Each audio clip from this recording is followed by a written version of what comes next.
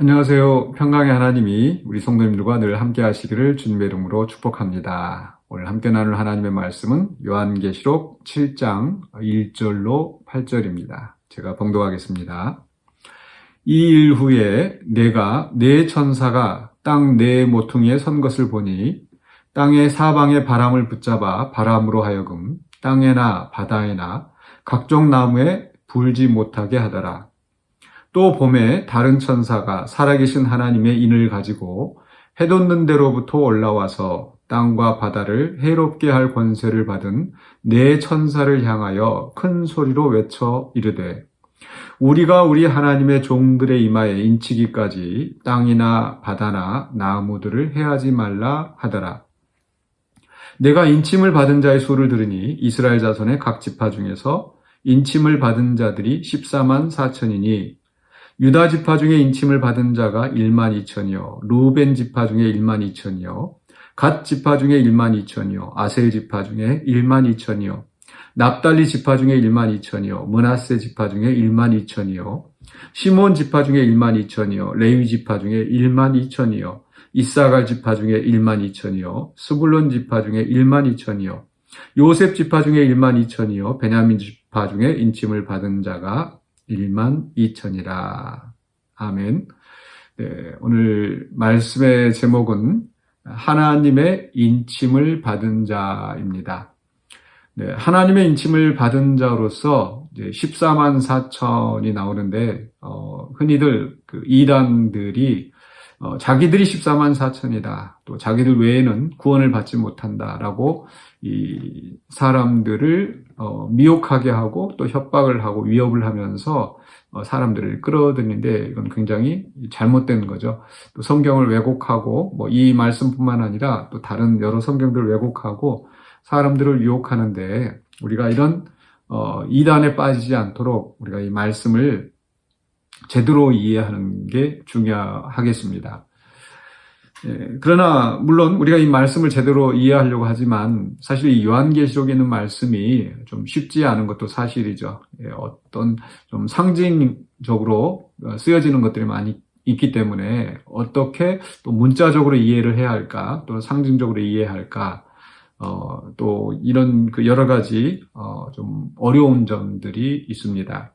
그런데 우리가 마치 학교 다닐 때 이 객관식 시험 속에서 사지선다형 있을 때 확실하게 답이 아닌 것을 먼저 좀 골라내고 나면은 정답에 가까이 갈 가능성이 많죠. 그래서 우리가 이 하나님의 말씀을 이해하려고 더 노력할 때 우리가 확실히 아닌 것을 먼저 좀 쳐내고 또 맞다고 인정할 수 있는 것은 또 이 성경의 연구가들 또 어떤 그 교단의 그 이해가 조금 다양할 수 있다라는 것을 우리는 어느 정도 인정하면서 또 함께 그렇게 머리를 맞대고 또 존중하면서 이해하는 게 필요합니다. 그래서 확실히 아닌 것은 어떤 것인가? 오늘 이 14만 4천이 4절에 보시면 이스라엘 자손의 각 지파 중에서 인침을 받은 자들이 나오고 9절 이하에서는 각 나라와 족속과 백성과 방언에서 아무도 능히 셀 수 없는 큰 무리가 나와 흰옷을 입고, 그래서 앞에서는 이스라엘 자손의 지파 중에서, 뒤에서는 각 나라 족속과 방언에서, 그리고 앞에서는 수를 세서 1만 2천, 뒤에서는 수를 셀 수 없는 이런 무리가 나오는 거죠. 그래서 이 두 앞 7장 전반부의 14만 4천과 또 후반부의 9절 이하에서 17절까지 이 흰옷을 입은 또 셀 수 없는 무리가 서로 다른 존재인가 같은 존재인가 여기에 대해서 이제 학자들의 의견이 나뉘어집니다. 저는 뭐 아직까지는 이 좀 다르게 봐야 되지 않는가라는 그런 입장에서 생각이 드는데, 그러나 반대로 같은 무리다라고 봐도 그게 아주 틀린 거다 이렇게 말할 수는 없다는 생각이 들어요. 왜냐하면은 이스라엘 자손의 각 지파 중에서라고 했었을 때 그러면 하나님의 나라에서 이스라엘 가운데 구원받은 사람이 따로 있고 이방인 가운데 구원받은 사람이 따로 있는가? 또 이스라엘에서 구원받은 사람은 더 이방인보다 더 특별한가? 그렇지는 않다라는 거죠. 이게 우리가 아닌 것을 이해해야 합니다. 그래서 이 하나님의 나라에서 이방인이나 유대인이나 더 이상 구분이 있지 않죠. 에베소서에도 헬라인이나 유대인이나 다 하나가 되게 하셨다는 말씀이랄지, 또는 베드로전서에서 이방 기독교인들을 향하여서 너희는 택하신 족속이요 또 왕 같은 제사장 거룩한 백성 이렇게 말씀하셨을 때는 이방인들도 다 그 안에 포함된다라는 겁니다. 그래서 우리가 여기서 이해할 때 서로 이 7장 전반부의 14만 4천이 이스라엘 자손의 지파에 대한에서 이렇게 이야기를 하고 있다고 해서 이게 이방인인 우리와는 상관없다 이렇게 볼 수는 없다라는 거죠. 중요한 것은 여기에서 이 말씀이 전하고자 하는 의미가 무엇인가, 그러니까 14만 4천이 누구인가라는 것보다는 여기에서 이 환상을 통해서 우리에게 무엇을 말씀하시려 하는가, 이것을 이해하는 게 더 중요합니다. 그래서 이 14만 4천을 인친다고 했는데 왜 인을 치시는가, 그 이유가 무엇입니까? 7장 1절에서부터 보시면 땅의 사방에 바람을 붙잡아 바람으로 하여금 땅에나 바다에나 각종 나무에 불지 못하게 하더라. 그러니까 지금 이 큰 재난이 일어나는 것이 지금 이제 멈추어져 있는 상태죠. 이 큰 재난이 어떻게 일어나는가? 이 말씀은 앞에 17절, 6장 17절에서 그들의 진노의 큰 날이 이르렀으니 누가 능히 서리요. 이 진노의 큰 날, 즉 하나님의 심판, 대심판이 일어날 때 아무도 설 수 없는데, 그러나 그 앞에 설 수 있는 자들이 있죠. 네, 바로 이 7장에서 나오는 바로 하나님의 인침을 받은 자들입니다. 사실 하나님의 그 이마에 인을 치는 자들에 대한 이 말씀이 에스겔서 9장에서 이미 소개되어졌는데, 하나님께서 예루살렘을 심판하실 때, 예루살렘의 부패한 그들을 심판하실 때에 그 가운데 정말 이 예루살렘에서 일어난 이런 가증한 일들로 말미암아서 이 탄식하는 자들, 슬퍼하는 자들, 즉 그 부패한 그들의 종교의식, 우상숭배에 가담하지 않는 자들은 해를 받지 않도록 그 이마에 미리 표시를 한다고 말씀하십니다. 그리고 그렇게 이마에 인침 표시를 하지 않은 자들, 그들부터 이제 심판하게 하시는 거죠. 즉 하나님의 큰 심판 앞에서 하나님께서 그 신실한 자들을 보호하시기 위하여서 하나님께서 이런 인치시는 겁니다. 그래서 이 9장, 요한계시록 9장 4절에서도 역시 그런 말씀이 나옵니다. 요한계시록 9장 4절을 보시면 그들에게 이르시되 땅의 풀이나 푸른 것이나 각종 수목은 해하지 말고 오직 이마에 하나님의 인침을 받지 아니한 사람들만 해하라. 그래서 하나님의 큰 심판이 내려질 때 보호하시기 위해서 하나님께서 인치신다라는 겁니다. 그래서 이 또 비슷한 경우가 바로 이 애굽에서 이스라엘 백성을 구출해내실 때 문설주에 양의 피를 바른 집은 이 죽음의 신이 지나가죠. 6월절. 그러나 바르지 않은 그곳에서는 하나님 심판이 내려지는 겁니다. 자, 그래서 이 하나님의 인을 치시는 목적이 무엇입니까? 바로 심판 가운데서 하나님의 신실한 자들을 보호하신다는 거죠. 거기에는 이방인이나 이스라엘이나 따로 차별이 있지 아니합니다. 그리고 이 인을 친다라는 것은 그 당시에 이제 사회 속에서 바로 이 노예 종들에게 인을 치고 그것이 그 주인의 소유라는 것을 이제 표시하는 데 있지 않습니까? 오늘 말씀 속에서도 보면은 3절에 보면 이런 말씀이 있습니다. 이르되 우리가 우리 하나님의 종들의 이마에 인치기까지, 하나님의 종들인 거죠. 즉 하나님께 속한 자들, 또 하나님을 섬기는 자들, 이러한 사람들을 하나님이 인치시고 보호하신다라는 겁니다. 그래서 여기에 이 이스라엘 자손의 각 지파 중에서 인침을 받은 자 14만 4천, 왜 14만 4천인가?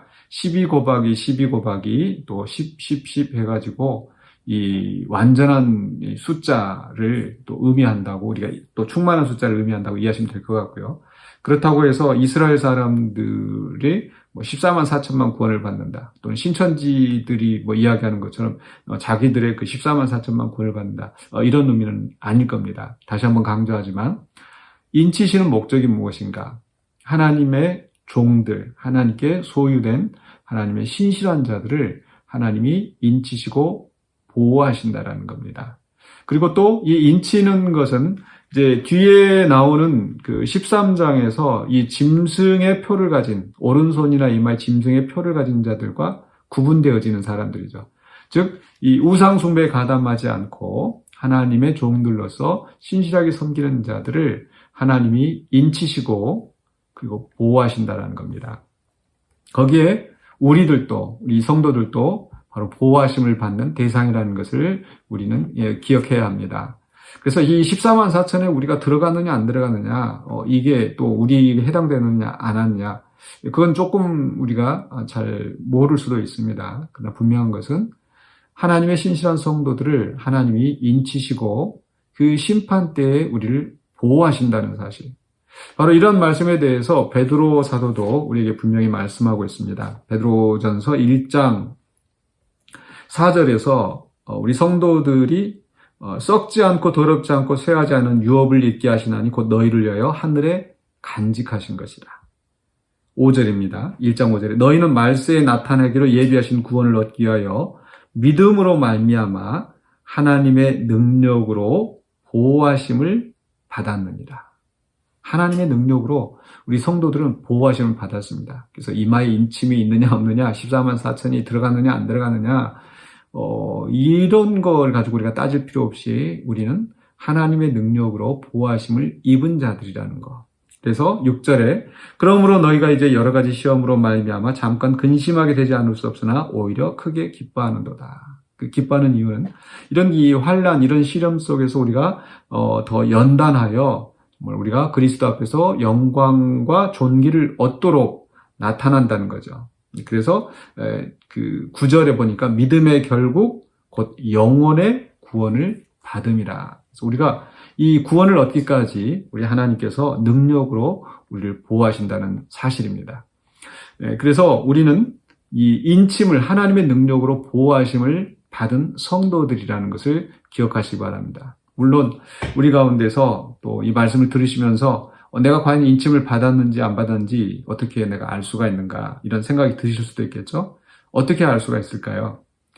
저는 3가지 정도 점검해 보시면 아실 수 있을 것 같습니다. 첫 번째는요, 바로 내가 죄인이고 또 예수 그리스도의 십자가의 공로로 말미암아 구원받은 사실을 내가 믿는가, 하나님을 믿는가, 바로 하나님에 대한 또 예수 그리스도에 대한 분명한 믿음이 있는지, 그렇죠? 이런 믿음이 우리가 있다라는 것은 바로 성령으로 말미암아 우리가 인침을 받은 자라는 사실입니다. 또 2번째로는요, 내가 하나님의 말씀을 존중하고 또 하나님의 말씀대로 살려고 하는가, 바로 이게 하나님의 종들의 자세인 거죠. 그런데 하나님의 말씀에 관심이 없고 내 마음대로 그냥 살려고 한다. 물론 우리가 완전하게 살아가지 못한다 할지라도 또 말씀 앞에서 우리가 항상 또 순종하려고 하는 겸손한 마음이 있을 때 우리는 하나님의 인침을 받은 자들일 것입니다. 그리고 3번째로는요, 만약에 우리에게 어떤 믿음의 박해가 있다면, 그렇죠?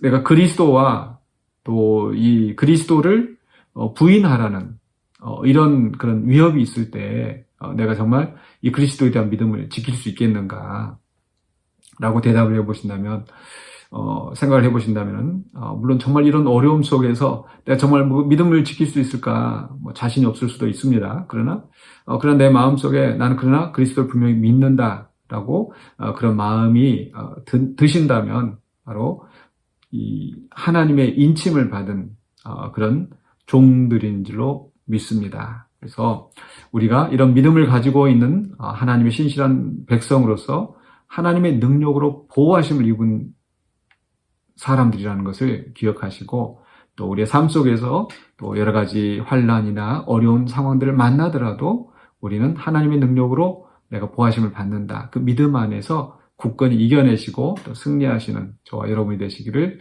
주의 이름으로 간절히 축원합니다. 기도하겠습니다. 사랑해 주시는 은혜를 감사합니다. 우리를 하나님의 자녀 삼으시고 예수님을 알게 하여 주시고 또 그리스도를 믿는 믿음 안에서 구원받게 하여 주시니 감사합니다.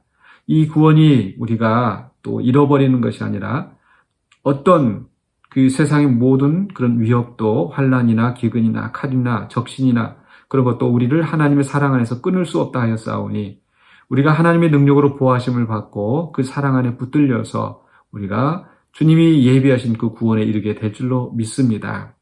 그 구원에 이를 때까지 우리가 하나님을 신실히 믿고 또 주님 가신 그 길을 걸으면서 또 믿음으로 승리해 나갈 수 있도록 우리를 인도하여 주시옵소서. 예수 그리스도 이름으로 기도하옵나이다. 아멘.